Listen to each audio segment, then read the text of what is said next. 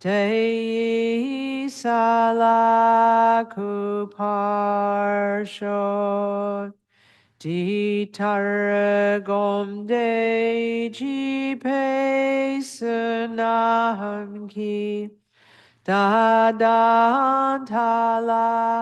drel to drohakun Pitsan ludi porvajur mahata dewa chendu dudze ke warshok ke mata tu sat churab drune drube chochur Shenden J. Parsho.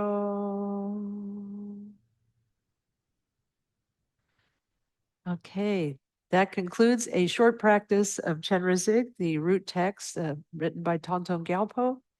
And this brings us to the top of the hour. Phew, we made it. We got all the way through the class material. I'd like to thank all of you for being here today on our short journey to Chenrezig's Pure Realm. I really, really appreciate everyone bringing your love and kindness here.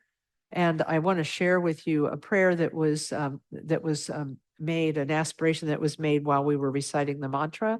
And it says, "May the blessing and limitless kindness of Chenrezig rain down on all life on this beautiful planet, desperate for compassion." So I think that's something we can all get on board with. What we'll do is for our dedication prayer, let's go back to the Chenrezig Sadhana and recite the end of the Chenrezig Sadhana, at this time in English, because we're short on time.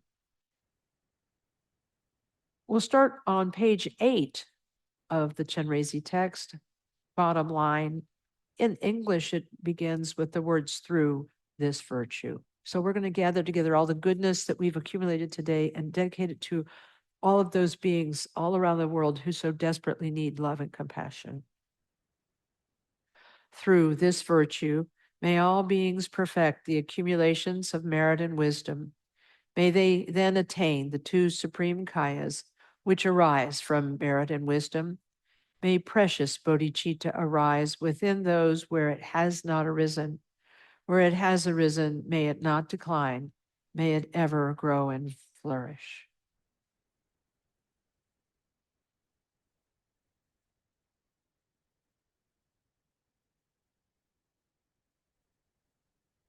All right. Thank you, everyone. Thanks again to all the volunteers and friends of Columbus KTC, specifically for the Shrine Team, Julaine, for Don on AV. Thank you. Our Zoom host, I have forgotten who our Zoom host is. Oh, it's Sunma Soha. Hello, Anisonam. Thank you. Good to see you. And thanks to everyone who is here. Thank you so much for being part of this today. I love seeing you all. You're fantastic. I'm sending you all goodness and hugs, from here in beautiful downtown Columbus. All right, everyone. Omane Peme Hong. I hope this is helpful, and may this practice bless you in lots and lots of ways. Okay. Omane Peme Hong.